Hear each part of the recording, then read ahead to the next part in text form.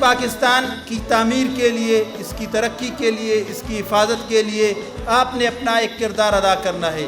ان بچوں اور بچیوں کو ہم کہتے ہیں جو آپ یہاں پر آپ نے ملی نغمے گائے ہیں، تقاریر کی ہے اور اپنے وطن سے محبت کا اظہار کیا ہے، اسی طرح جاری رکھنا چاہیے۔ اور آپ نے ایک کام اور کرنا ہے، آپ کی ماؤں کو بھی ہم کہتے ہیں، آپ کو بھی کہتے ہیں کہ الخدمت فاؤنڈیشن آپ کے ساتھ ہے۔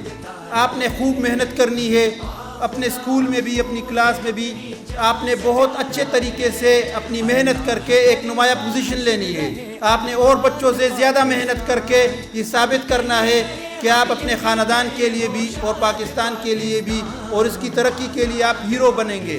یہ قربانی جو ہمیں لوگوں نے کی ہمارے لیے، ہم آج اس کو مستی میں اڑاتے ہیں، ون ویلنگ میں اڑاتے ہیں، ناچ کے، اچھل کے، کود کے۔ یہ اللہ کے آگے سجدہ کرنے کا موقع ہے کہ اس میں لوگ ساری رات اللہ کی عبادت کریں کہ اللہ تیرا شکر ہے کہ تم نے ہمیں غلام نہیں بنایا، ایک آزاد ملک دیا۔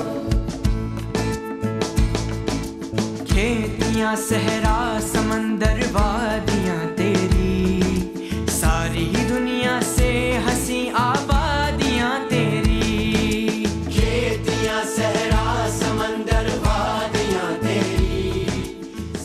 صدر علی وقار اور میرے ہموطنوں، ہمارا وطن پاکستان وہ وطن نہیں جو وراثت میں ہمیں ملا ہے، بلکہ پاکستان کی بنیاد برصغیر کے مسلمانوں کی ہڈیاں اینٹوں کی جگہ اور پانی کی جگہ خون استعمال ہوا ہے۔ اس گرہ قدر کا تکلیف کا اندازہ تو وہی لگا سکتا ہے جس نے تحریک پاکستان کے لیے اپنا تن، من، بہن، بچے، قریب و عزیز و اقارب قربان کیے ہیں۔ پاکستان یوں ہی حاصل نہیں ہوا بلکہ اس کے لیے کئی مسلمانوں نے شہادت نوش کیا ہے۔